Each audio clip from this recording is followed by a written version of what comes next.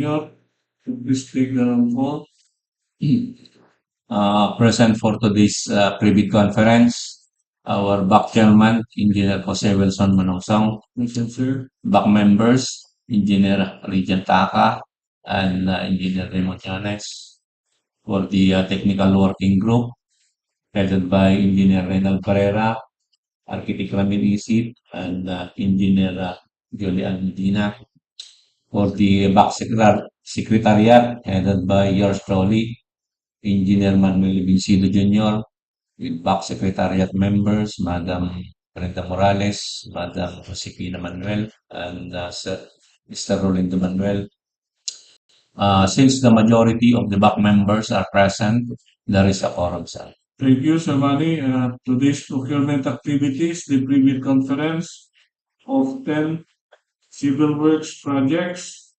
The first one with contract ID 24AI-0200, installation of roadway lighting structures along Villasis-Malasiqui-Sn Road, Villasis, Pangasinan. The next project with contract ID 24AI-201, construction of multi-purpose buildings Sumabnit Elementary School, Pangasinan. The next project with contract ID 24AI-202, construction of road Barangay Bantugan, Malasin, Pozorrubio, Pangasinan. The next project with contract ID 24AI-020, construction of multipurpose building, Barangay CATABLAN, URDANETA, City, Pangasinan. The fifth project with contract ID 24AI-0204, construction of multipurpose building, Phase 1, Umingan, Pangasinan. The next project with contract ID 24AI-0205, construction of multipurpose building, Phase 1, Santa Maria, Pangasinan. The seventh project with contract ID 24AI-0206, construction of multipurpose building, Barangay Nicolas, Alcala, Pangasinan. The eighth project with contract ID 24AI-0207, construction of Binalonan, Diversion Road, Binalonan, Pangasinan. The ninth project with contract ID 24AI-0208, Preventive Maintenance, Secondary Roads, Mangaldan-Manaoag-Binalonan Road, kilometer 192 plus 00 to kilometer 192 plus 300, and kilometer 193 plus 957 to kilometer 196 plus 318. And the 10th and the last project with contract ID 24AI-0209, preventive maintenance of primary roads, URDANETA Junction, the Bupan-Ligayan Road at kilometer 185 plus 811 to kilometer 188 plus 00. This pre-bid conference is being conducted to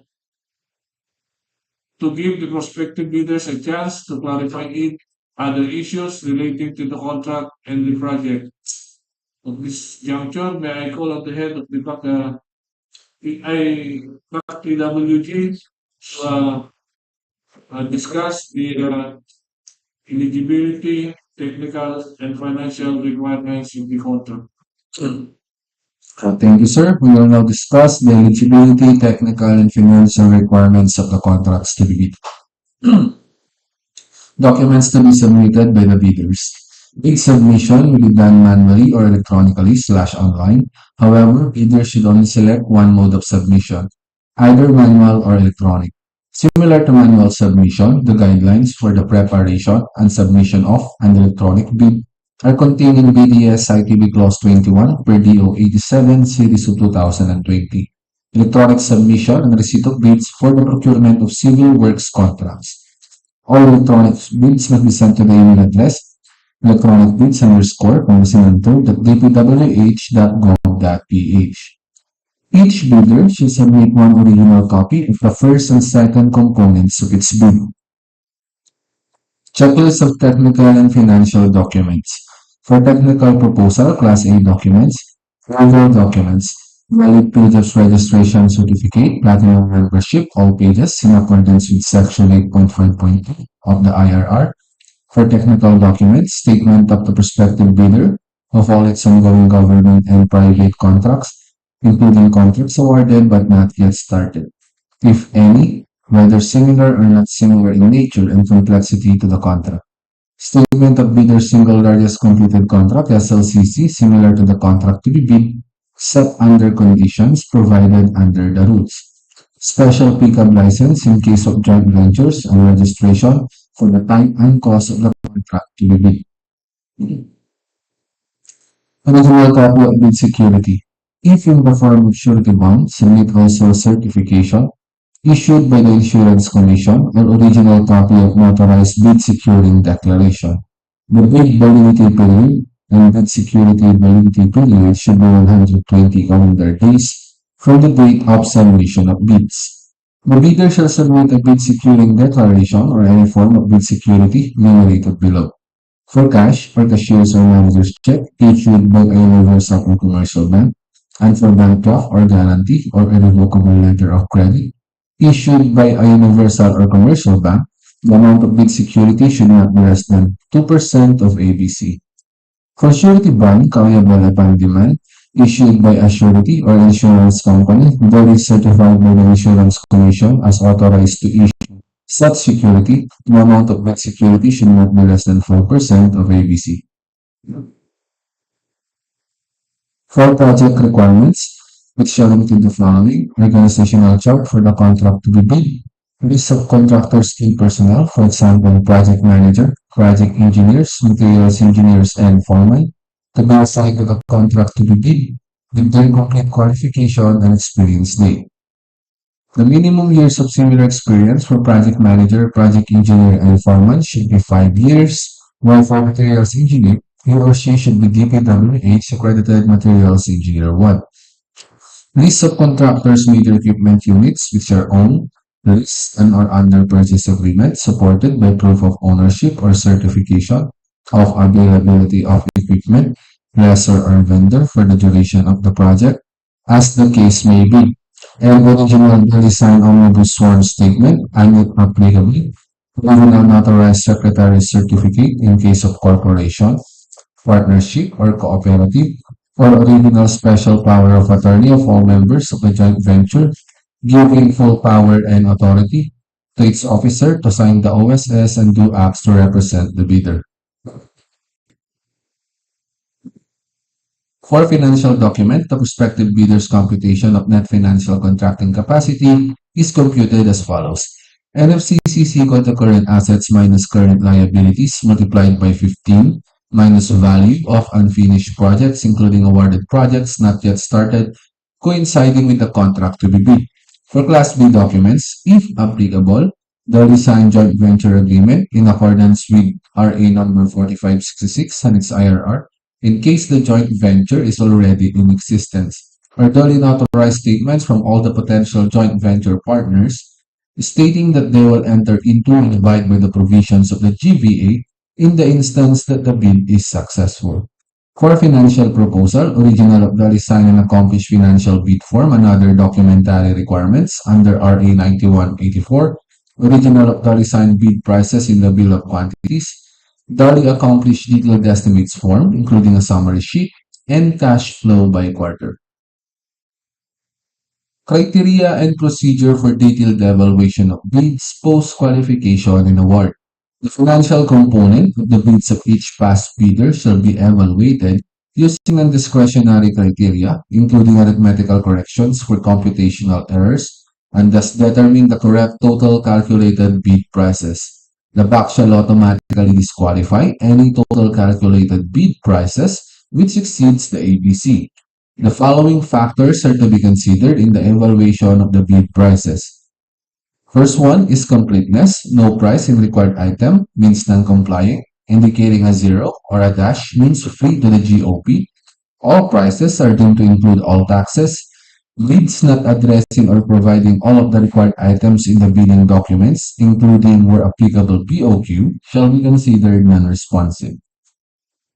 For arithmetical corrections, bid prices in figures versus words Words prevails, total price versus unit price per item. Unit price prevails, total price versus actual sum of component items. Actual prevails. Unit cost in detailed estimates versus unit cost in BOQ. Latter prevails if above ABC non-complying. For post-qualification, verification of the following legal requirements is needed: licenses, certificates, permits, and non-inclusion in blacklist. For technical requirements, single largest completed contract, SLCC, similar to the contract. Key personnel, minimum work experience requirements should be satisfied. Availability and commitment of major construction equipment. Failure of the prospective bidder to state a complete technical description of the pledged equipment and the specific bidder's location, whether owned, leased, or under purchase agreement, shall result in the bidder's automatic post-disqualification for award of contract and forfeiture of its bid security per DO 58 series of 2012. Performance in ongoing government and private contracts. Negative slippage of at least 15% in any one project or negative slippage of at least 10% in each of two or more contracts. Failure of the contractor to commence repair work and complete ongoing contracts in the prescribed date after receipt of the notice of defects and deficiencies. Failure of the contractor to commence repair works on the contracts with pending certificates of acceptance in the prescribed date after the receipt of the notice of defects and failures. Substandard quality of works or unsatisfactory performance per contract term and conditions at the time of inspection. Liquidated damages currently imposed on the contractor. DO 127 series of 2018 strict application of RA 9184 of the post-qualification of bidders with delayed ongoing contracts with the DPWH. Authenticity and correctness of bid security. For financial requirements, audited financial statements, especially current assets and liabilities, up-to-date value of all outstanding or uncompleted works under ongoing and awarded contracts, updated NFCC versus APC. Notes on personnel and equipment requirements of the project. If a proposed key technical personnel is an employee of the bidder and working on another project at the same time of the bidding, the bidder shall submit a certification that first, the personnel will be pulled out from the ongoing project once the bidder is awarded the contract, and second, he or she will be replaced with another person or with equal or better qualifications as certified by the head of the implementing office. The bidder may propose a key technical personnel who is not its employee, provided that the said personnel is required to submit a certification that he or she will work for the bidder if it is awarded the contract under bidding. This certification shall be included in the first envelope of the sealed bid. Also to be verified during post-qualification is the set of equipment pledged by the bidder. The bidder should specify in the submitted bid the location of the equipment where they can be inspected. If any equipment is not in the specified location, then the bidder shall be post-disqualified. For contract of award, the contract should be awarded to the bidder whose bid has been determined to be the lowest calculated and responsive bid, as the result of the detailed evaluation and post-qualification conducted. The successful bidder shall be notified through the issuance of notice of award within the bid validity period that must be confirmed by the successful bidder in writing within 10 days upon receipt thereof in accordance with Section 37.2.2 the 2016 revised IRR of RA 9184. Common reasons for rejection of bids and eligibility and post-disqualification of bidder. Failure to submit original copy of the surety bond certified by the Insurance Commission, indicating the name of the project, the procuring entity, and name of contractor. Shorter bid validity and security validity period. Overlapping of pledged equipment and committed key technical personnel. Failure to indicate the validity of bid in the bid form. Late submission of bid. Failure to submit supporting documents, for example, certification of availability of equipment. Negative slippage in the ongoing projects, negative 15% or more, or negative 10% in each of two or more projects. Unsatisfactory CPS rating, incomplete pages of bid documents, either for technical or financial. For the authority of the signatory to sign on behalf of the bidder. For single proprietor, signatory should be the owner or proprietor only. For corporation or cooperative, it should be board secretary's certificate and board resolution. For joint venture resolution or agreement. for partnership as indicated in the articles of partnership. That's all, sir. Thank you. For further detail, to further elaborate, the proposed project's technical components and aspects. For the first 5 projects, may I call on Architect Isil, and for the 6 and to 10 project will be discussed by Engineer Julian Lee. The technical component and aspect of the project, your contract ID number 24EI0200, contract name installation of roadway lighting structures along Villasis-Malasiqui to San Carlos Road, Villasis-Pangasinan. The scope of work, installation of internally illuminated solar pavement labeled marker, stud plus type, installation of single arm 8-meter pole solar LED roadway lighting, 120 watts, 1.5 mast arm length at 250 kph wind speed. Approved budget for the contract is 96,500,000 pesos. The contract duration is 228 calendar days. For the second project, contract ID number 24EI0201, contract name instruction of multipurpose building at Sumabnit Elementary School, Binalonan, Pangasinan.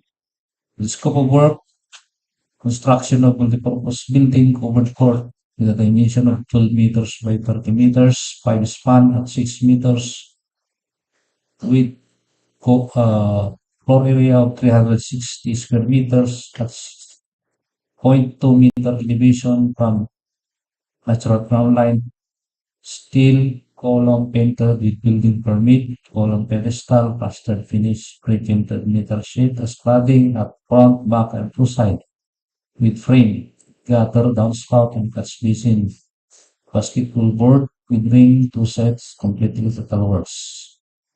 Comfort room with the dimension of 3 meters by 4.5 meters at 0.20 meters from natural ground line, painted, plastered, painted finish, and glazed tiles at 2 comfort room only. Glazed tiles at CR with a height of 1.20 meters. And sink, complete plumbing and electrical works. Pictures at both sides with a length of 30 meters. Painted, plastered finish. Approved budget for the contract is 5,940,000 pesos, and for the contract duration is 135 calendar days. For the third project, contract ID number 24EI0202, contract name construction of road, Barangay Bantugan, Malasin, Pozorrubio, Pangasinan. Scope of work, concreting of road with a length of 0.277 kilometers, width of 6.10 meters, with a thickness of 200 millimeters, including installation of solar LED street light. And the full budget for the contract is 4,825,000 pesos. For the contract duration is 57 calendar days. For the fourth project, contract ID number 24EI0203, contract name construction of multipurpose building at Barangay CATABLAN, URDANETA City, Pangasinan. Scope of work, writing description, construction of multipurpose building. It involves the construction of a 2-story multipurpose building with a dimension of 7.85 by 11 meters, 2 floors, concrete deck roof with total gross floor area of 172.70 square meters, complete with all painting works, walls, exterior and interior, electrical works, plumbing and sanitary works, ceiling works, glaze and hand-glazed tile works, doors and windows. The full budget for the contract is 4,950,000 pesos, and for the contract duration is 150 calendar days. For the fifth project, this is contract ID number 24EI0204, contract name construction of multipurpose building, phase 1, Umingan, Pangasinan. Scope of work, construction of multipurpose building, phase 1 with a dimension of 15 meters by 25 meters, covered court, 5 spans with 5 meters per span, with ramp, railing, and 0.20 meters elevation from natural ground line, finished floor line with cladding, complete structural and finishing works, with catch basin, storm drainage and downspout with electrical works, with chlorinated rubberized base, CRB4 coating epoxy coating with 2 sets movable basketball board. Approved budget for the contract is 4,950,000 pesos. And for the contract duration is 120 calendar days. For the next project, with a contract ID number of 24AI0205, contract name, Construction of Multipurpose Building, Phase 1, Santa Maria, Pangasinan. Scope of work or item description, construction of multipurpose building, 2 units, 15 meters by 25 meters covered court, 5 meters per span, rapid railing, 0.4 meter elevation from NGL to FFL, with cladding, complete structural and finishing works, with electrical works with catch basin, storm drainage and downspout. 2 sets movable basketball board with removable structures and obstruction. 2-story barangay hall, complete construction of 2-story barangay hall, 0.6 meter elevation from NGL to GFL with complete painting, with complete finishing works, electrical works, sanitary, plumbing works, with floor and glaze tiles at ground floor and second floor, with ceiling at ground floor and second floor. 2 units, 1.5 HP, aircon with stainless signage. Daycare center, 8 meters by 10 meters, complete structural works, with complete finishing works, electrical works, sanitary plumbing works with floor and glaze tiles, with ceiling with complete painting. Approved budget for the contract, 14,850,000 and contract duration of 185 calendar days. For the next project, contract ID number 24AI0206, contract name, Construction of Multipurpose Building, Barangay San Nicolas, Alcala, Pangasinan. Scope of work or item description, construction of multipurpose building. It involves the construction of 2-story multipurpose building, 10.85 by 11 meters, 2 floors with demolition of existing structure, concrete deck roof with total ground floor area at 72.7 square meters, complete with all painting works of walls, exterior and interior, electrical works, plumbing and sanitary works, ceiling works, glaze and unglazed tile works, doors and windows. With the approved budget for the contract, 4,950,000 and a contract duration of 150 calendar days. For the next project, contract ID number 24AI0207, contract name, Construction of Binalonan Diversion Road, Binalonan, Pangasinan. Scope of work or item description, installation of single-arm 8 meters poles, solar LED roadway lighting, 120 watts, 1.5 meter mast arm length, 230 kph wind speed. Approved budget for the contract, 34,300,000 and a contract duration of 174 calendar days. For the next project, contract ID number 24AI0208, contract name, Preventive Maintenance, Secondary Road, Mangaldan-Manaoag-Binalonan Road, kilometer 192 to kilometer 192 plus 300, kilometer 193 plus 957 to kilometer 196 plus 318. Scope of work or item description, preventive maintenance, asphalt overlay of road with a length of 2.665 kilometers, 2 lanes, 80 millimeters thick, with an approved budget for the contract of 48,250,000 and a contract duration of 165 calendar days. For the last project, with a contract ID number of 24AI0209, contract name, Preventive Maintenance, Primary Roads, Urdaneta Junction, Dagupan, Lingayen Road, kilometer 185 plus 811 to kilometer 188. Scope of work or item description, preventive maintenance, asphalt overlay of road, length 2.2 kilometers, 4 lanes, 50 millimeters thick, and approved budget for the contract of 48,250,000 and a contract duration of 165 calendar days. For the receipt and opening of bid for project ID numbers 24AI0200, 201, 202, 203 will be on April 4, 2024. For the project 24AI0204 and 205, April 5, 2024. For the projects 24AI0206, 207, 208, and 209 will be on April 8, 2024 at Back Conference Room, Pangasinan 30, DEO, Rosales, Pangasinan, 9:30 a.m. DPWH e-bid portal, electronic bids _Pangasinan 3rd at dpwh.gov.ph. And a YouTube account of www.youtube.com DPWH Pangasinan 3rd DEO. Thank you. Thank you. For further details, the prospective bidders can get a copy of the minutes of this pre-bid conference upon written request not later than 5 days. So under all issues and concern, before we end this pre-bid conference,